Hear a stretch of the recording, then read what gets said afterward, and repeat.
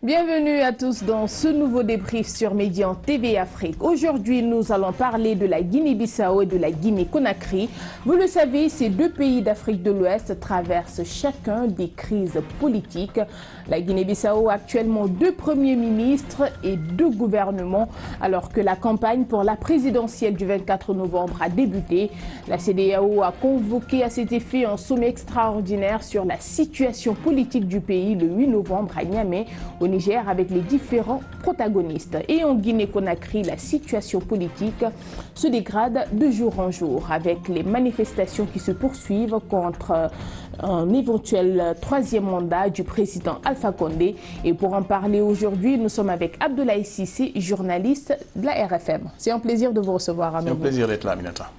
Et avec lui, M. Djibril Nging, membre du CRADEC, le groupe de recherche et d'appui Conseil pour la démocratie participative et la bonne gouvernance. C'est toujours un plaisir de vous recevoir, M. Nging. Merci, Aminata. Je suis très heureux d'être là et de participer à ce débrief avec notre ami Abdoulaye Cissé. Alors, M. Ning, le président José Mario Vaz qui limoge le gouvernement d'Aristide Gomez et nomme Faustino Fodota Mbali au poste de Premier ministre à seulement quelques semaines de l'élection présidentielle. Quelle lecture faites-vous de la situation? Merci. J'ai une lecture de cette situation à deux niveaux. Le premier niveau, c'est que cet acte qui a été posé par Mario Vaz a été, disons, déclaré illégal par la Cour suprême. Donc, il aurait pu revenir sur sa décision. L'autre niveau de lecture, c'est que les accords de Conakry ont bien édicté qu'il fallait nommer un Premier ministre de façon consensuelle et le laisser préparer même les élections législatives. Alors, il me semble que là aussi, il est en porte-à-faux avec les accords de Conakry. Mais tout cela est dû par des causes dont certaines sont immédiates et d'autres sont lointaines, c'est-à-dire structurelles, et nous aurons certainement l'occasion de revenir sur les causes. Alors, Abdoulaye, que pensez-vous déjà? Quelle lecture faites-vous de cette situation qui prévoit actuellement en Guinée-Bissau?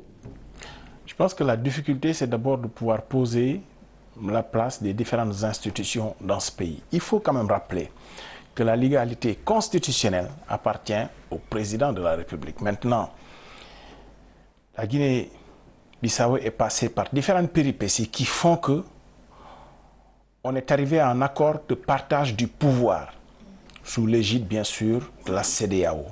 Et c'est ça qui fait que, parfois, on a l'impression, et c'est même la réalité, qu'au-delà de la légalité conférée au président de la République, qu'il y a un accord écrit qui fait que le président ne peut pas démettre le Premier ministre en poste. Mais si on retourne dans les textes, il ressort qu'il appartient au président de la République de nommer un Premier ministre. Maintenant, est-ce qu'il a rompu l'accord sous l'égide de la CEDEAO? Oui. Quelles doivent être les conséquences de rupture de cet accord? C'est ce que nous verrons certainement dans ce débat. Mais toujours est-il que le pouvoir de nommer un Premier ministre appartient au président de la République en place, quitte à ce que ce Premier ministre-là se présente devant l'Assemblée nationale pour requérir une majorité ou pas. Mais dans tous les cas, et d'ailleurs, ça pose problème dans ce pays de la Guinée-Bissau. Ce qui pose le plus problème, c'est la politisation des institutions. M. Ning parlait de la Cour suprême. C'est vrai. Dans le fond, la Cour suprême reprend juste le principe de l'accord paraphé sous l'égide de la CEDEAO pour déclarer illégal ce décret qui révoque le Premier ministre pour en nommer un autre, Faustino Mbali notamment. Mais dans l'absolu, le pouvoir de nommer un Premier ministre appartient au président de la République, quitte à ce que son Premier ministre ne puisse pas obtenir la confiance de l'Assemblée nationale. Mais ça, c'est un autre débat. Voilà, bon, avant de revenir aux motifs invoqués par le président José Mario Vaz, j'aimerais bien que vous reveniez un peu. Vous avez évoqué tous les deux cet accord de Conakry. Que peuvent être les conséquences justement d'une violation de cet accord? Bon, il faut dire que les accords paraphés au niveau au plan international d'une façon générale, que ce soit en Afrique ou ailleurs, ne revêtent pas un caractère contraignant ou coercitif. Ça peut revêtir juste un caractère moral, évidemment, et à la limite diplomatique, n'est-ce pas? Si c'était par exemple peut-être dans d'autres continents comme l'Europe ou l'Amérique, même si l'accord revêt un caractère moral, il aurait eu toute son importance, de sorte que s'il est violé par une des parties, il y aurait eu des conséquences en termes certainement d'isolement, n'est-ce pas, ou de sanctions économiques et autres que l'on voit sur les autres continents. Mais ici, il me semble bien que la CEDEAO n'a pas toute la légitimité et toute la force qui lui permet justement d'appliquer des sanctions vis-à-vis des États disons, qui violent les accords. Alors, je voudrais revenir un peu sur ce que notre ami Abdoulaye a dit tout à l'heure. Je pense effectivement, ça aurait été, si c'était un ordre constitutionnel normal en Guinée-Bissau, mais en Guinée-Bissau, on est dans une situation assez atypique.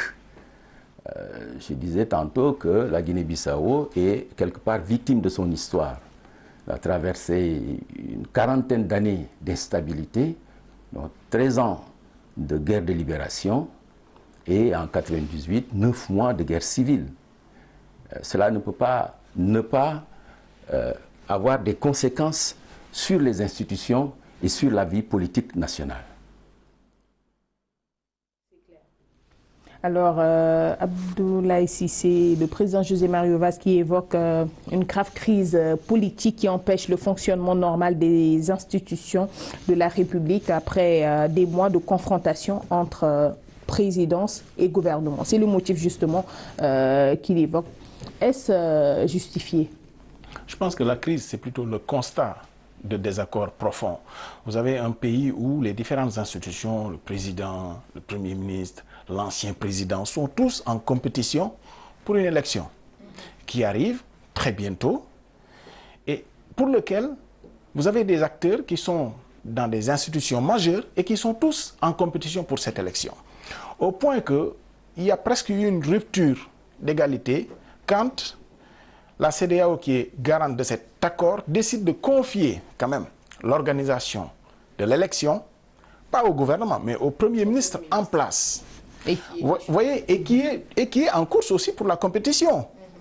Ça pose déjà problème. Parce que, en fait, ce qui est l'enjeu véritable de la Guinée-Bissau, c'est de sortir de la crise. Il faut rappeler quand même, il faut rappeler qu'on est dans cette situation-là parce qu'on n'a pas pu tenir l'élection présidentielle à date échue et qu'on est sur une prolongation du mandat du président Vaz qui est déjà fini. Qui est déjà fini avec un accord presque de partage du pouvoir pour le confier au Premier ministre qui est en place aujourd'hui. Et c'est ça le fond du problème. Vous avez différents acteurs majeurs qui sont tous en compétition pour une élection où chacun détient une parcelle de pouvoir. Aujourd'hui, le constat de la crise, le constat, il est là. On va certainement à l'impasse. Pourquoi? Parce que la CEDEAO, qui est garante de cet accord-là, est comme partie prenante de cet accord. Elle n'est pas simplement garante de cet accord, elle est presque partie prenante au point de déclarer son soutien au Premier ministre révoqué par décret du président de la République. Ça pose un précédent. Abdoulaye Cissé, la communauté internationale qui insiste sur le respect du calendrier électoral a réaffirmé très clairement la position de la CEDEAO qui, soutenant le gouvernement d'Aristide, menace de sanctions. Justement, à quoi peut-on s'attendre de la part de l'organisation sous-régionale? Il y a deux choses aujourd'hui. C'est que le Premier ministre en place lui-même révoqué accepte sa révocation et se dise OK, on y va au 24 novembre, on va abréger le règne du président Vaz aujourd'hui. C'est-à-dire un cas isolé, je vous le rappelle, puisqu'il refuse de céder déjà. Oui, mais il faudrait que l'un ou l'autre décide quand même d'envisager une sortie de crise. Parce que la Guinée-Bissau ne peut pas se permettre encore une transition supplémentaire. On est dans une phase de transition qui sanctionne quand même toute cette période de troubles, de tensions et d'instabilité institutionnelle. Il faudrait qu'on en sorte un jour. Et d'ailleurs, il y a des exemples un peu partout en Afrique qui ont fait que parfois, il faut aller aux élections, c'est le moindre mal. Voilà, quelle que soit la situation, aller aux élections et redonner la voix au peuple pour sortir de la situation d'instabilité institutionnelle, pour essayer au moins de mettre en œuvre des politiques de développement, parce que c'est de ça que la Guinée-Bissau a véritablement besoin aujourd'hui. Mais sans stabilité politique et institutionnelle, on ne peut pas y arriver. Donc il faudrait que l'un ou l'autre accepte. La finalité, c'est la sanction du peuple, c'est le suffrage. On y est le 24 novembre. De toute façon, même un Premier ministre en place aujourd'hui, Faustin Imbali en l'occurrence, n'a pas le temps de préparer des élections.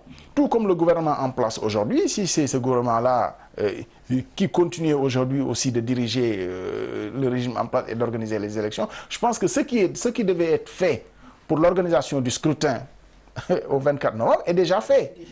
Il faut aujourd'hui que l'un ou l'autre des acteurs, plus les autres qui sont candidats, acceptent de se soumettre à la sanction du peuple et qu'on sorte de cette situation-là par la bonne porte et qu'on s'achemine vers des programmes de développement pour sortir de la Guinée-Bissau. Par là, un acte patriotique. Mais c'est exactement ça. Après, c'est pour ça d'ailleurs que la position de la CEDEAO est très dommageable, parce que si on appelle à une médiation le 8, et que vous affirmez déjà une position tranchée, c'est très compliqué d'appeler les acteurs après à une situation de sortie, parce qu'ils arrivent tous crispés. L'accord disait très bien que c'est au Premier ministre d'organiser les élections. Et c'est ça, c'est très très important. En fait, c'est ça la crispation aujourd'hui. La crispation, c'est pas simplement le Premier ministre qui nomme les ministres.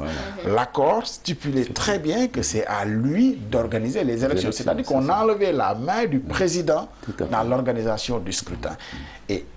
Mais ce qu'il faut comprendre, ce qui peut être une chance pour la CEDEAO, c'est de dire à tous les deux, de toute façon, ce qui devait être fait en amont pour l'organisation du scrutin, il est déjà fait.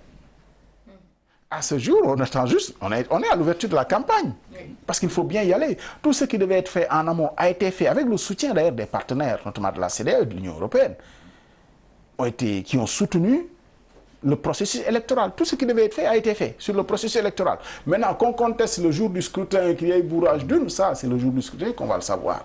On ne peut plus rien modifier aujourd'hui sur le processus préélectoral. Il est déjà bouclé. Ce qui est clair, parce que pour preuve, le président a lui-même déjà commencé sa campagne électorale dans l'est du pays.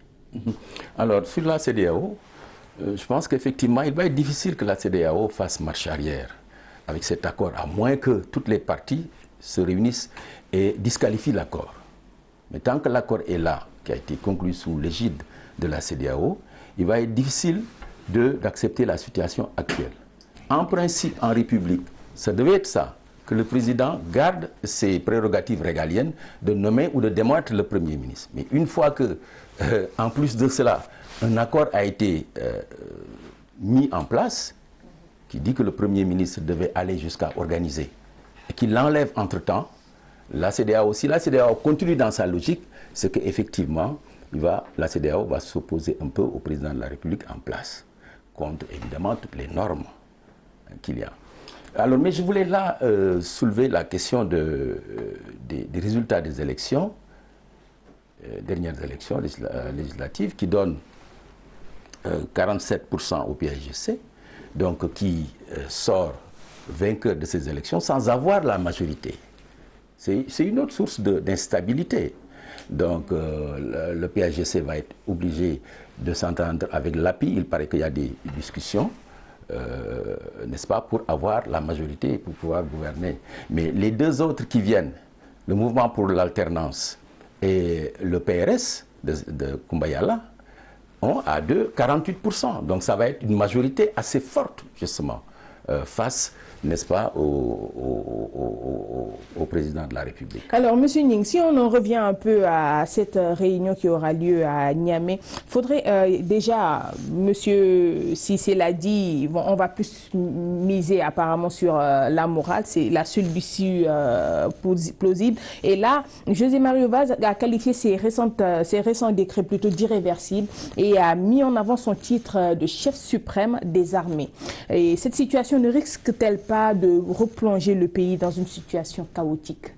Oui, tout à fait. Je pense que si, à cette réunion de Niamey, le président José Mario Vaz gardait sa position, ne reculait pas, c'est sûr qu'on va vers une situation, vers l'irréparable, une situation catastrophique. Mais espérons que un compromis sera trouvé. Il est difficile à l'heure actuelle de prévoir ce que sera ce compromis-là. Mais il est indispensable qu'un compromis soit trouvé pour que la Guinée-Bissau aille dans le calme, dans la sérénité et dans la paix vers ces élections-là, et que les résultats de ces élections puissent permettre un peu en fait, stabiliser le pays. Mais je pense, déjà, il y a eu plusieurs retouches de la Constitution. Mais il me semble que le verre est un peu dans le fruit, parce que ce régime semi-présidentiel, qui au fond consacre un peu ce bicéphalisme-là, je pense que fondamentalement, de façon structurelle, ceci aussi est une source d'instabilité qui a été à la base de cette situation-là. Il faudra certainement mettre fin à ça pour que le président de la République puisse retrouver, qu'on opte pour un régime très clair. Et il s'y ajoute que le mode de scrutin est un mode de scrutin proportionnel intégral. Sur les 102, il n'y a que les 2, en fait. Mais les 100 sont proportionnels. Alors, pour y aller rapidement, avant de passer à la seconde partie, il ne nous reste que 2 minutes, malheureusement. Monsieur Abdoulaye Cissé, j'aimerais bien qu'on revienne un peu sur la lassitude des Bissau-Guinéens face à cette énième crise.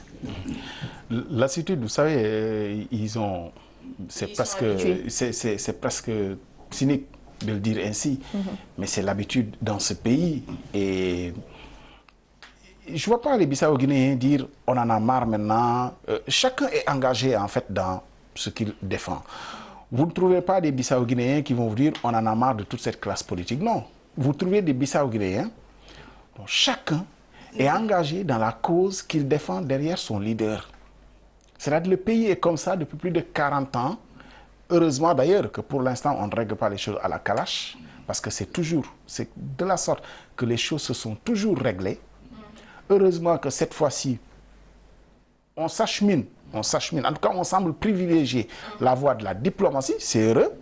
D'ailleurs, c'est pour ça, je soupçonne que c'est pour parer à toute éventualité de tension, de violence, que la CEDEAO prend les devants pour s'imposer vraiment en stabilisateur, en médiateur, plutôt que de les laisser entre eux. Parce que le danger serait de les laisser à eux-mêmes, ce qui a toujours entraîné des troubles, des violences, et après on vient en sapeur-pompier. Et malheureusement, déjà, cette posture que devrait avoir la CEDEAO, espérons, M. Ning, que une solution sera retrouvée. En 30 secondes, rapidement. Oui, bon, nous espérons, disons, il faut souhaiter qu'une solution, un compromis soit trouvé et que la Guinée-Bissau puisse retrouver le calme, la sérénité et la stabilité. Mais je pense que si la CEDEAO se limite seulement à ce qu'on trouve un compromis de façon ponctuelle, elle aura échoué aussi sa mission. Je pense qu'elle devrait prolonger son initiative au-delà même des élections actuelles pour faire en sorte que la Guinée-Bissau, institutionnellement et du point de vue juridique, ait une stabilité assez durable. Mais si elle se limitait à trouver une solution de façon ponctuelle, je pense qu'elle n'aurait pas réussi totalement sa mission.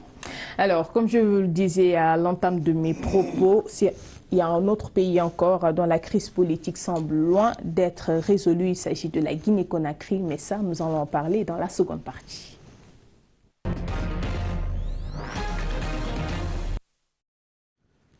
Voilà, si vous nous rejoignez à l'instant, vous êtes dans la seconde partie du débrief. Et comme je vous le disais tout à l'heure, un autre pays dont la crise politique semble loin d'être résolue, et il s'agit de la Guinée-Conakry. Où va le pays, Abdoulaye Cissé? Aminata, si on interroge déjà le présent, ça n'augure rien de bon. Où va le pays? Il y a une situation déjà de crise, mais pas que de crise politique, pas que de crise sociale. C'est une crise qui engendre une violence, avec déjà des morts. Et dans des situations où, dans une situation normale, on aurait pu juste considérer que c'est l'exercice normal d'une opposition qui s'oppose à un pouvoir, qui s'oppose à des projets ou à des tentatives même de réforme. Parce qu'il faut bien rappeler quand même que ce qui est en jeu, c'est une réforme supposée de la Constitution, qui n'est pas encore faite. Cette réforme, on le suppose, on le subodore du président Alpha Condé, qui voudrait faire une réforme pour pouvoir briguer un troisième mandat. Alors, il ne l'a pas encore fait, mais il y a de forts soupçons quand même qu'il veuille le faire. Et c'est ça qui pose problème. Où va le pays? Si je n'en juge que par le présent, je dis j'ai peur pour la Guinée. Alors, M. Ning, je vous repose la même question. Où va le pays selon vous?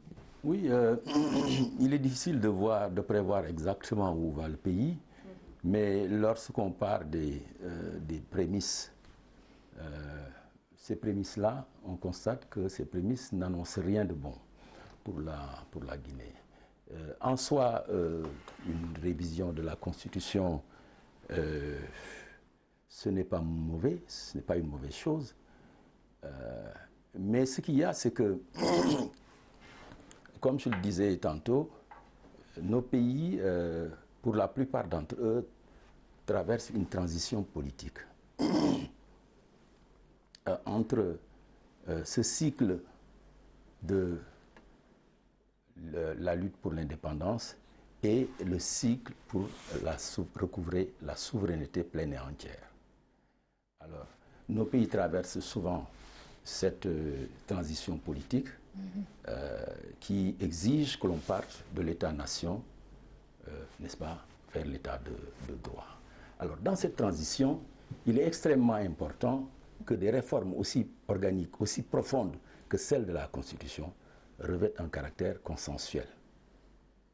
Ce qui, à mon avis, dans le cas de la Guinée, n'est pas le cas. Le président s'est levé et a annoncé une réforme que lui va faire. S'il en avait discuté avec son opposition, peut-être qu'il ne serait pas ainsi. Il n'y aurait pas eu de marche, il n'y aurait pas eu de violence. Des affrontements ont eu lieu chaque jour entre manifestants et de l'opposition plutôt et la police. Que devrait être la réponse du pouvoir face à ces tensions exacerbées? On peut quand même s'entendre sur au moins une ou deux petites choses. C'est que la Guinée avait dépassé la période des transitions avec la Kalash. Le président Alpha Condé a été élu démocratiquement, puis réélu lors des élections contestées, mais en tout cas des élections organisées par des institutions en place en 2015 pour un mandat qui doit prendre fin en 2020. Le fond du problème, et il faut le dire, c'est qu'il y a une constitution. M. Nying disait tout à l'heure que le consensus était important.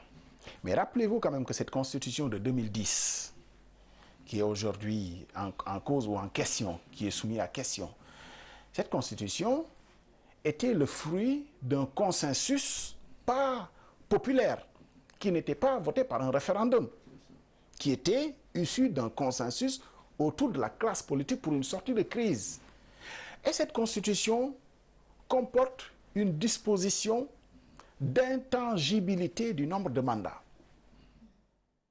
Et c'est ça qui pose problème aujourd'hui. Est-ce que légalement, une génération de leaders peut décider de l'intangibilité de mandat de président de la République en se projetant dans l'avenir, parce que la vérité d'hier n'est pas forcément la vérité d'aujourd'hui ou de demain. Les constitutions ne doivent pas comporter des verrous d'intangibilité, parce que même ce qui fait le fondement de notre société, nous ici au Sénégal ou ailleurs, sur les préambules même de la Constitution, ne font pas l'objet d'intangibilité, parce que la société évolue. Ceux qui l'ont fait hier avaient certainement un objectif qui n'est pas forcément en adéquation avec les besoins d'aujourd'hui. Toujours est-il que moi, j'aime renvoyer la parole au peuple. Si un référendum, si une réforme devrait être faite, honnêtement, si le peuple le valide, il y aurait certainement, moralement, on pourrait le dire, puisque Alpha Condé s'est déjà publiquement prononcé, a déjà publiquement dit qu'il n'était pas dans ses intentions de briguer un troisième mandat. Mais ça, c'est dans l'engagement moral seulement. On ne peut... Dès qu'on parle de morale, on n'est plus dans le droit. Et à partir de ce moment-là, sa parole vaut ce qu'elle vaut pour ceux qui veulent bien le croire. Maintenant, cette clause d'intangibilité de la Constitution, qu'est-ce qu'on en fait? Déjà, j'en reviens aussi à la question que je vous ai posée, parce que comme je vous l'ai dit, des affrontements ont eu lieu chaque jour entre manifestants de l'opposition et la police. Quelle devrait être la réponse du pouvoir face à cette tension? Il appartient, vous savez, le maintien de l'ordre appartient à l'État. C'est une fonction régalienne de l'État de maintenir l'ordre. Maintenant, le glissement, il est fait dans nos pays entre le maintien de l'ordre et la répression. Manifestement en Guinée, on est dans la répression. On est pour étouffer toute forme de protestation. Et c'est ça qui pose problème. Ce que devrait être la position ou le rôle de l'État, c'était d'encadrer, de maintenir l'ordre. Mais il y a des marches qui ont quand même été autorisées. Oui, mais manifestement, on n'est même pas d'accord sur qui tire sur qui. Vous voyez que ce cortège funèbre qui devait accompagner les 11 morts des 2 dernières semaines pour les conduire à leur dernière demeure ont essuyé des tirs. Il y a malheureusement eu mort d'hommes. Encore. Et on n'est pas d'accord sur, manifestement quand même, on peut le subodorer, que c'est la police qui a tenté de disperser ce cortège qui a tiré sur les manifestants, jusqu'à preuve du contraire. Monsieur Ning, quelle est selon vous cette stratégie de l'opposition qui continue à appeler à des manifestations? Oui, je pense que... Parce qu'il faudrait noter aussi que d'une part, elle est un peu responsable de la situation qui prévaut actuellement dans le pays. Bon, il est difficile de situer les responsabilités dans la situation actuelle de la Guinée. Dès lors qu'il y a la tension a atteint ce niveau, disons, d'alerte, le pouvoir doit en tout cas permettre à l'opposition, aux populations de marcher et de protester. Maintenant, l'opposition également doit être assez responsable pour éviter certaines dérives. Mais tout cela renvoie à la question de la culture démocratique, à laquelle culture démocratique renvoie aussi l'intangibilité ou non du nombre de mandats. Je pense qu'il est plus question de culture démocratique que d'autres choses. Comme vous le dites, la démocratie, ce n'est pas quelque chose qui est textuel, toujours textuel. La parole donnée, l'engagement, les traditions, la culture, ce sont ces éléments-là qui sont plus décisifs et comment on dit, plus déterminants. Alors, par conséquent, l'opposition et le pouvoir devraient comprendre que l'on puisse recourir au peuple pour demander au peuple de se prononcer. En soi, ça n'a rien de mauvais. Au contraire, c'est une excellente chose qu'il faudrait faire plus fréquemment. Donc l'opposition devrait s'organiser plutôt pour avoir gain de cause lors de ce référendum et ne pas faire en sorte que ce référendum ne puisse pas avoir lieu. Je pense qu'il est pleinement dans ses attributions d'Alpha Condé de vouloir organiser un référendum au terme duquel il va consulter le peuple. Maintenant, la question du troisième mandat, en soi également, ce n'est pas une mauvaise chose, mais la question c'est ce qui est dans la Constitution. Une fois que dans la Constitution, on avait limité les mandats à 2, je pense qu'à ce moment-là, le président de la République sortant devrait pouvoir respecter cela et ne même pas tenter une consultation populaire. Mais cette vous consultation populaire devrait avoir lieu sur la base d'un consensus pour que l'on puisse revenir revenir sur cette disposition-là. Monsieur Ning, tout à l'heure vous avez parlé de démocratie, mais la démocratie joue-t-elle vraiment son rôle en Guinée? Non, justement, je parlais de transition politique tout à l'heure pour la Guinée, mais la Guinée traverse une double transition. Une transition démocratique d'abord et une transition politique qui se superposent. C'est pourquoi la situation de la Guinée est extrêmement difficile et délicate. Parce que en réalité, la Guinée est au stade des droits et libertés civiles, qui est le premier stade de la démocratie. Donc, démocratiquement, elle est en transition. Elle devrait pouvoir franchir ce cap, le cap de de la démocratie formelle pour aller à une démocratie politique et institutionnelle et plus tard à une démocratie citoyenne pleine et entière. Donc la Guinée, la difficulté c'est cela aussi. Alors, donc il faut en appeler à la responsabilité face à une telle situation, à un tel défi qui est immense. Il faudrait que les responsables d'un côté comme de l'autre se hissent à la hauteur des enjeux et des défis pour que la Guinée puisse traverser cette situation sans grand dommage. Sinon, elle risque de plonger et ce sera dommage pour tout le monde, non seulement pour le pouvoir, mais pour l'opposition et même peut-être pour les pays qui sont limitrophes comme le nôtre. Justement, cette crise n'est pas seulement politique, hein, Abdoulaye Cissé, elle est également économique et sociale. Comment trouver selon vous des convergences pour l'intérêt suprême du peuple guinéen? Vous savez, avant de parler économie, souvent on parle de stabilité d'abord. Souvent d'ailleurs on lit l'intérêt des bailleurs, l'intérêt des investisseurs étrangers, puisque de toute façon nos pays sont sous perfusion de l'investissement étranger. On le lit souvent à la stabilité. Voilà, à la stabilité sociale, à la stabilité même politique et institutionnelle. Souvent, le genre de rapport là qu'on connaît un peu partout en Afrique, le Doing Business, qui est l'indicateur même du rapport des affaires, nous renvoie à la stabilité. Parce que les investisseurs ne viennent pas quand il n'y a pas une stabilité sociale, quand il n'y a pas une stabilité politique, quand il n'y a pas une stabilité institutionnelle. On a dépassé manifestement en Afrique, dans beaucoup de pays, le temps où c'était des militaires qui étaient au pouvoir. Ça, je pense que dans beaucoup de pays, on l'a dépassé. Pour la Guinée, on l'a dépassé il n'y a pas très longtemps. Simplement, rappelez-vous quand même que l'épisode des militaires qui ont eu à prendre le pouvoir, et puis voilà, avant même Alpha Condé. Mais passé cela, ce qui est important aujourd'hui pour la Guinée, pour revenir sur votre question sur l'état de la démocratie, si l'état de la démocratie, c'est le respect des libertés. Comment trouver des convergences pour l'intérêt suprême du peuple guinéen? Je pense qu'il faut d'abord attendre qu'Alpha Condé décide, parce que jusqu'à présent, il faut le dire, hein, jusqu'à présent, il n'a pas annoncé cette réforme. Mais on subodore à travers des actes qu'il pose qu'il a réellement envie de briguer un troisième mandat. Briguer un troisième mandat n'est pas une bonne idée.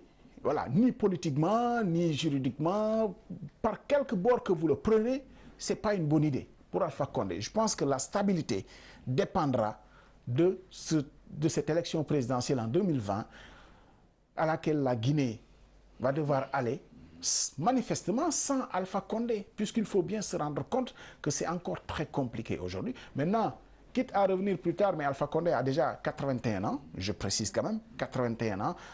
Un autre mandat, c'est 86 ans.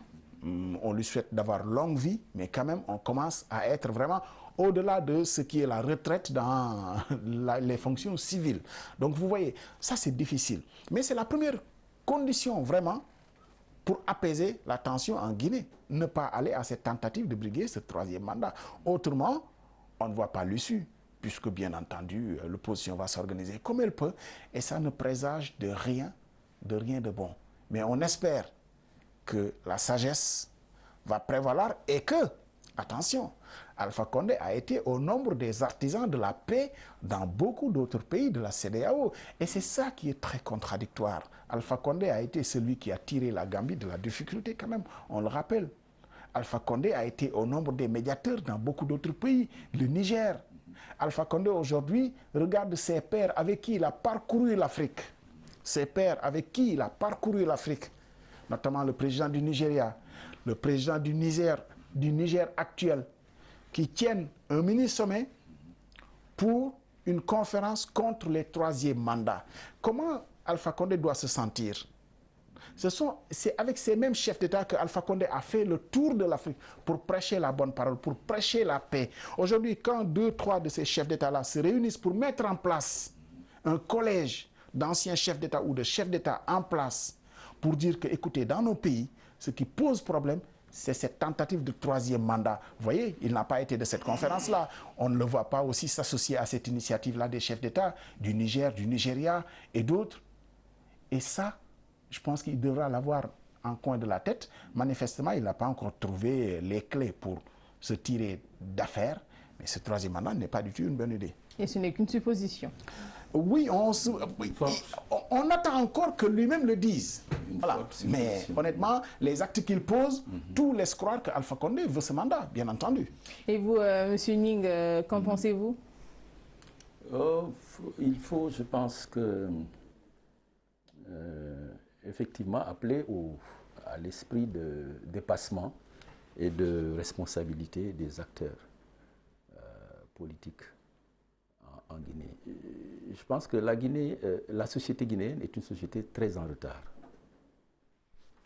Le stade de la démocratie formelle qui ne consacre que les libertés civiles et politiques ne répond pas aux aspirations profondes de la Guinée. Alors, une fois que cette démocratie politique et institutionnelle permettant d'avoir des institutions solides et franchies, il faudra aller vers un état de droit durant lequel, et dans cette période, la Guinée devrait régler les droits économiques, sociaux et culturels, qui sont les droits de seconde génération, et même les droits de troisième génération, droit au développement, à la paix, à l'environnement, etc.